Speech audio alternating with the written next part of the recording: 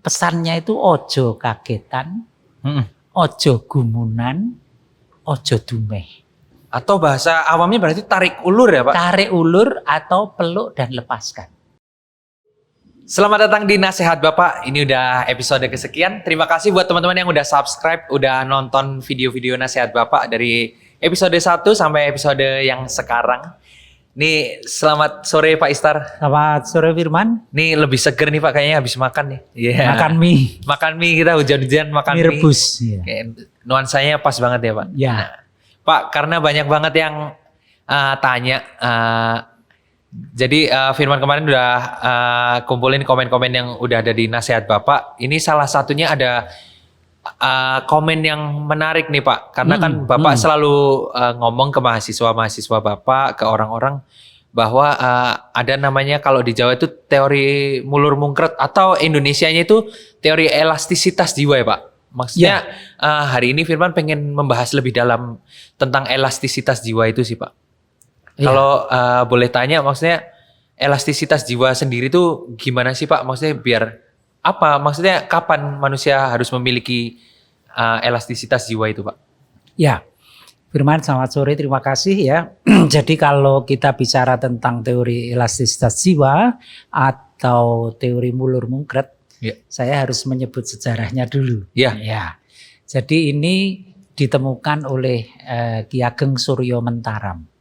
Ya. Siapa itu Pak? Ki Ageng Suryo Mentaram itu seorang bangsawan dari Jogja. Ya. Ya. Dalam perenungannya beliau menemukan renungan salah satunya adalah teori mulur mungkret. Mulur mungkret. Atau elastisitas jiwa. Ya. Sebenarnya ini kan berawal dari kegundahan beliau. Ya, tentang kehidupan hedon. Hedonisme. Ya, jadi beliau itu sangat tidak bukan kok membenci banget, tapi sangat tidak setuju hal-hal yang sangat hedon gitu. Iya. Ya, terhadap harta, terhadap tahta, terhadap apapun itu. Nah, sehingga beliau itu di dalam perenungannya itu bagaimana supaya orang itu semeleh gitu. Jadi tidak mempunyai satu kekarepan, keinginan yang neko-neko muluk-muluk sehingga melupakan tujuan hidupnya. Iya. Gitu. Nah, kalau dikembangkan oleh beberapa orang pinter, di antaranya ini oleh Dr. Nanik Prihartanti ya. Dalam disertasinya itu tentang itu teorinya Ki Ageng Suryo Mentaram itu. Nah, itu sebenarnya bisa kalau di Indonesiakan itu gampangnya elastisitas jiwa. Itu apa? Elastis tahu kan? Tahu. Nah, elastis itu bisa beradaptasi. Iya. Ya, bagaimana kita itu harus bertindak, bagaimana harus berkata, bagaimana harus bersikap. Iya. Nah, itu orang itu kalau elastis itu akan bisa menyesuaikan. Yang saya katakan pan-papan. Nah, teori ini itu sebenarnya kalau generalisasikan ke suatu hal yang lebih besar, itu mengandung makna apa? Ya. Mengandung makna sebenarnya ini untuk menurunkan stres. Ya kan? Ya. Nah, di dalam ilmu ini ya, orang itu diminta untuk introspeksi yang dalam. Berkontemplasi ya Pak? Kontemplasi bisa. Jadi insight-nya. Ya, insight-nya itu introspeksinya ke dalam dirinya sendiri itu harus lebih dalam menggali. Iya.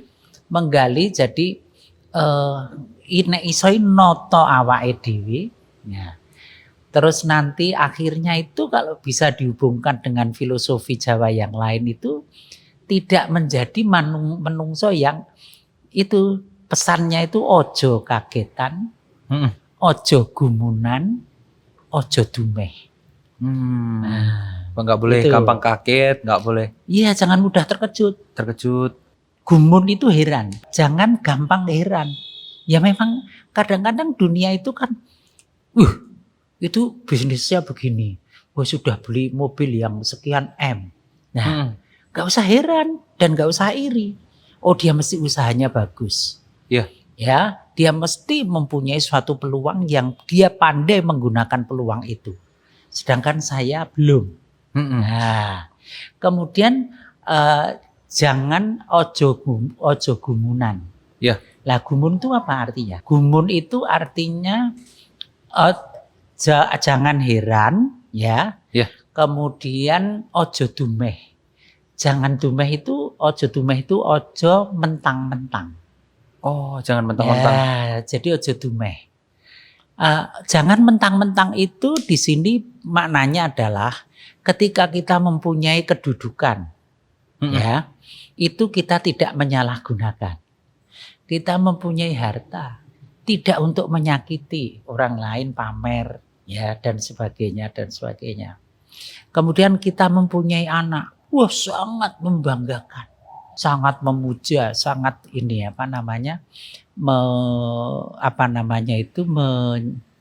memuja dan seakan-akan temannya itu siapapun itu tokoh yang dikagumi itu segalanya. Nah, kemudian hal ini apa ternyata?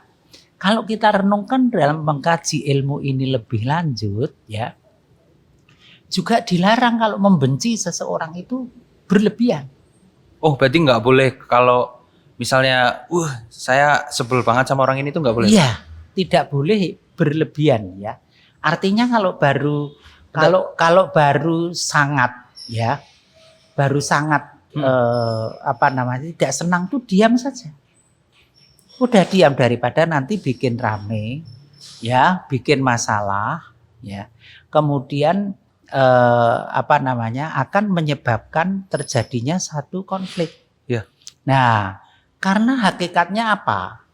Hakikatnya kalau sebenarnya inti dari salah satu inti pokok ajarannya itu, ya, dunia ini mempunyai dua karakter. Apa? Satu, kesementaraan. Iya. Yang kedua, relativitas. Nah, jadi dunyo itu isinya itu hanya sementara, temporalitas, temporer.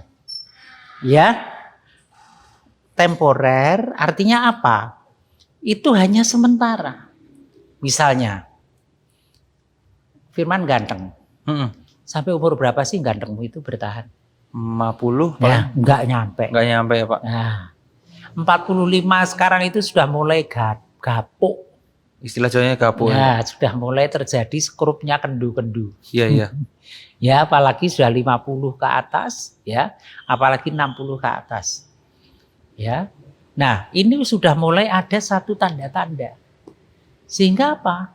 Orang pun ketika kurva normal, ya, dalam apapun ada kurva normal. Ya. Jadi ketika mulai dari yang paling banyak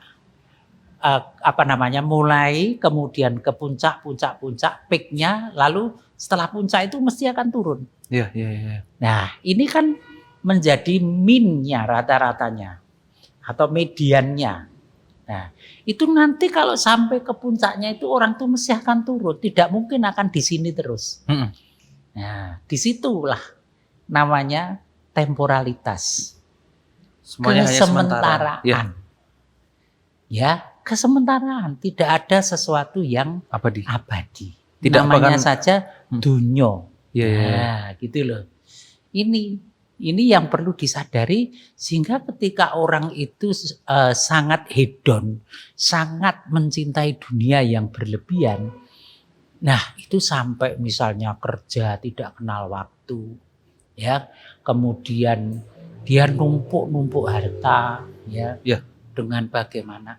Waduh, sampai lupa kesehatannya, sampai lupa ini itu, perawatannya, menghibur diri pun tidak pernah. Entertainnya itu tidak ada, Nah, sehingga dia itu gampang sekali, rawan sekali untuk terjadi satu stres. Nah, ini kan rugi sendiri sebenarnya. Karena dia tidak memahami adanya faktor kesementaraan. Iya. Nah, lalu yang kedua dari faktor itu apa? Itu adalah terjadinya relativitas. Jadi relatif. Artinya apa relatif itu? Misalnya, kalau Anda melihat siapapun itu, Anda punya mobil seharga 7 miliar misalnya. Dibandingkan dengan yang punya mobil seharga 60 miliar. Nah, relatif lagi. 7 miliar bagi saya Nah, udah mahal, tapi bagi yang 60 miliar murah. Nah, apalagi seperti kelas seperti saya, Avanza sudah alhamdulillah. Iya. Iya kan? Mungkin Kita bagi bisa- sebagian orang punya sepeda ontel aja udah Sudah senang alhamdulillah. sekali. Nah, Iya. itu makanya itu relatif. Dunia ini relatif dan hanya sementara.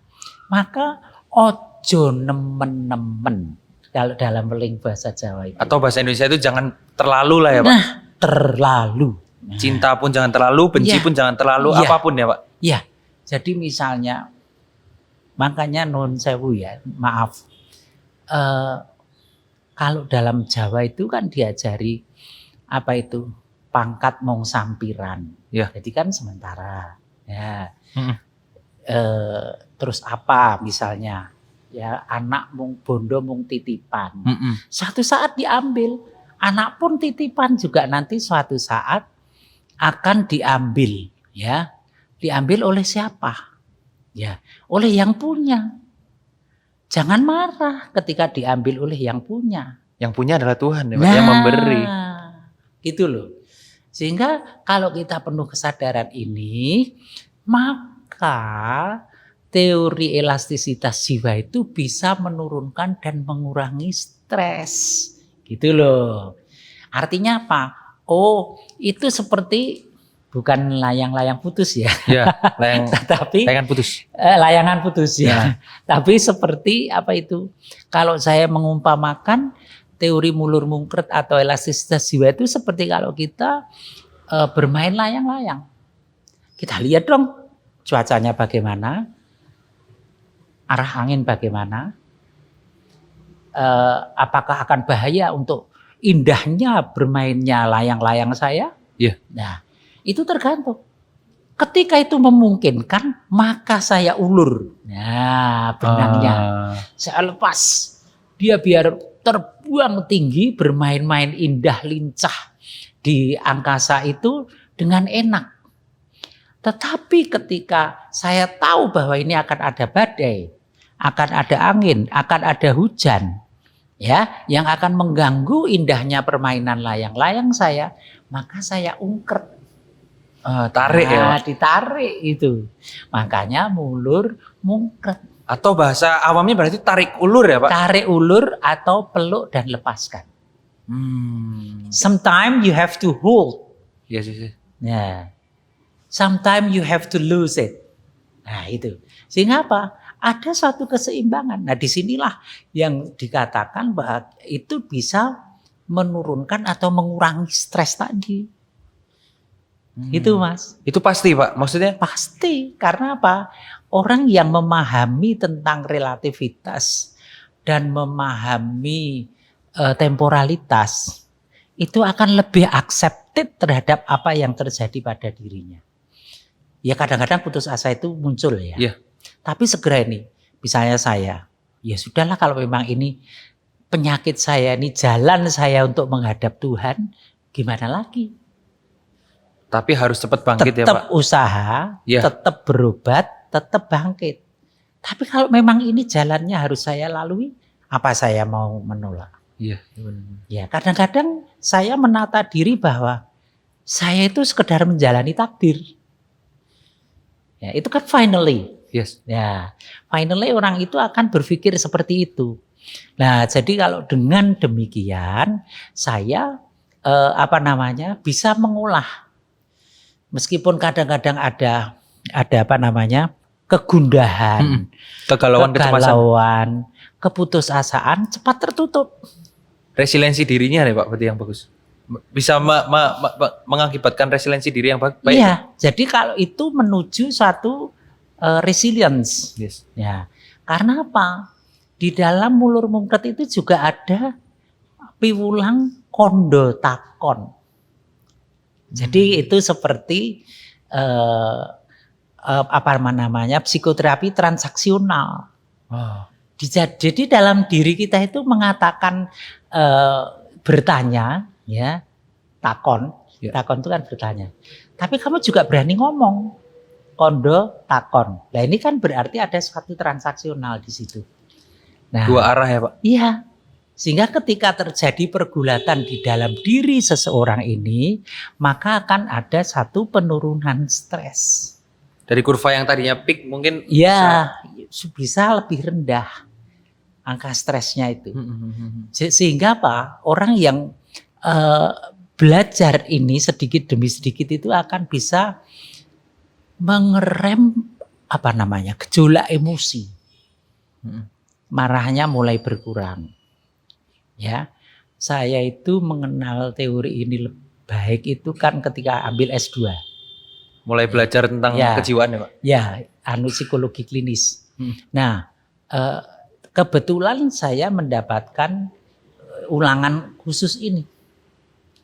Pelajaran mata kuliah khusus tentang teorinya Suryo Mentaram ini.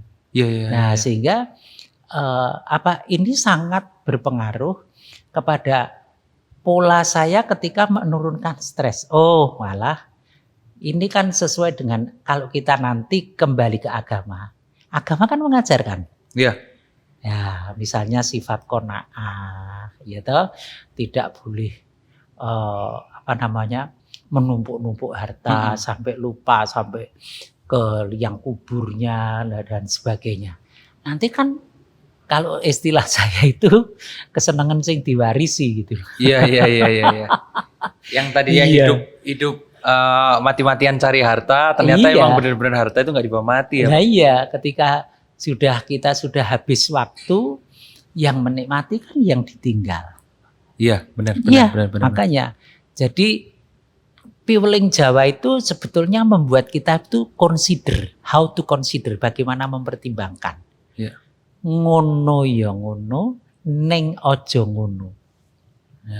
Nah itu kan. Ya itu angel jangan nemen-nemen ya Pak, jangan terlalu itu tadi loh Pak. Makanya itu sedang-sedang saja. Wah luar biasa nih Pak. Ini mungkin di akhir video ini Firman pengen bertanya sih Pak. Emang kalau di saat ini mungkin ada teman-teman yang lagi nonton atau mungkin bapak-bapak ibu-ibu yang sedang menyaksikan yang sedang merasa bahwa itu enak Pak Istar cuman ngomong gitu doang, bisa nggak ngejalanin. Nah caranya ngejalanin teori mulur mungkret itu atau teori elastisitas jiwa tadi Pak, itu gimana Pak untuk memulainya, untuk tarik ulurnya itu Pak? Ya jadi seperti yang saya katakan dulu itu Pak Mas, ketika saya harus marah-marah. Iya. Iya kan, yang saya contohkan ketika Anda main piano suka nggak mau nutup. Iya kan? Iya. Nah, misalnya saya mempersuasi supaya mau sholat bareng jamaah. Iya. Ya. Kemudian hafalan surat pendek. Nah itu kan ada satu hadiah-hadiah. Nah mempersuasi anak untuk tadi berkomunikasi kondo takon dengan orang tua. Nah kemudian untuk dirinya sendiri itu kan berarti mau tidak mau saya harus memberi contoh dulu.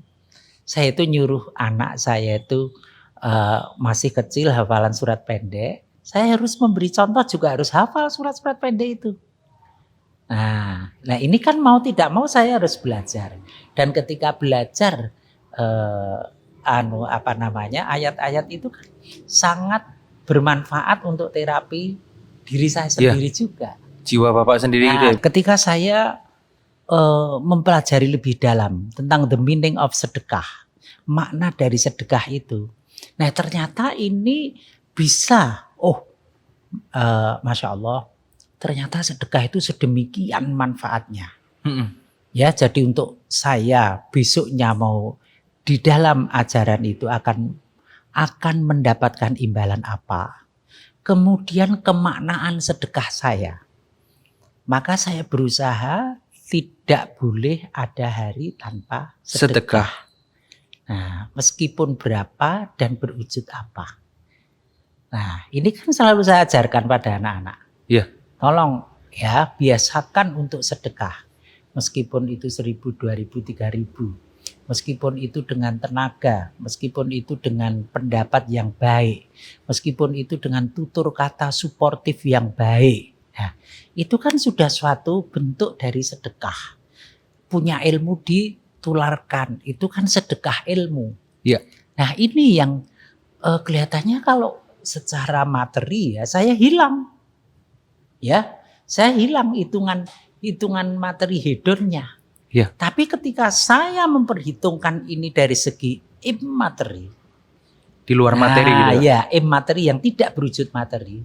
Wah, ini jauh lebih besar dibandingkan volume materi yang saya keluarkan itu.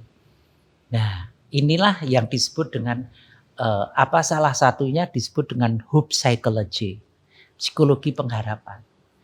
Jadi kita itu berbuat sesuatu karena punya harapan. Itu pasti, Pak. Iyalah, sekarang Firman. Apa? Tiap hari bekerja ke sini. Pengen dapat uang banyak. Nah, punya harapan. Dengan uang itu punya keinginan apa? Ya, berbuat baik. Nah, salah satunya. Iya. Ya kan? Nah, untuk beramal, untuk ini, untuk menyenangkan siapa yang ini, untuk eksistensi diri. Nah, ya kan? Dan kan punya harapan. Nah, sehingga apa? Orang hidup itu harus tidak boleh tidak punya harapan.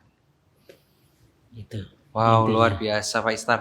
Berarti tadi yang hari ini kita omongin itu tentang gimana caranya mungkin buat bapak-bapak, ibu-ibu yang sedang menyaksikan atau buat teman-teman di sini yang lagi ngerasa kayak hidupnya penuh stres, penuh tekanan, sebaiknya mempelajari lebih dalam tentang teori elastisitas jiwa itu. Ya, itu ada bukunya. Apa Pak? Mungkin bukunya, buat rekomendasi Bapak gitu Pak? Ya, teori tentang Surya Mentaram itu disusun oleh Dr. Nani Prihartanti, dosen Fakultas Psikologi Universitas Muhammadiyah Surakarta. Oh iya. Ya, itu disusun ulang di situ berupa nukilan dari disertasinya yang disusun menjadi sebuah buku yang enak dibaca, bisa dimengerti itu. Ya. Ya. Terima kasih buat teman-teman. Terima kasih juga buat Bapak. Ini luar biasa banget karena Firman sendiri juga masih banyak harus belajar tentang teori elastisitas jiwa itu ya Pak. Mungkin kalau stres. Maksudnya dari muda kalau mempelajari itu lebih dalam lebih bisa menerima hidup ya Pak. Oh iya, jadi lebih nanti menjalaninya lebih enak gitu ya Pak. Pemikirannya akan lebih menurut saya itu more comfort. Lebih nyaman. Oke. Baik, terima kasih buat teman-teman yang sudah menyaksikan episode Nasihat Bapak kali ini. Terima kasih pokoknya buat teman-teman yang pengen bertanya, kita enaknya bahas apa ya Pak, mungkin di episode berikutnya. Dan kita berikutnya akan mengadakan Q&A ya Pak. Jadi buat teman-teman yang menyaksikan episode ini, yang pengen tanya apapun, kegelisahan apa sih yang ada di hati teman-teman, boleh langsung di komen di bawah.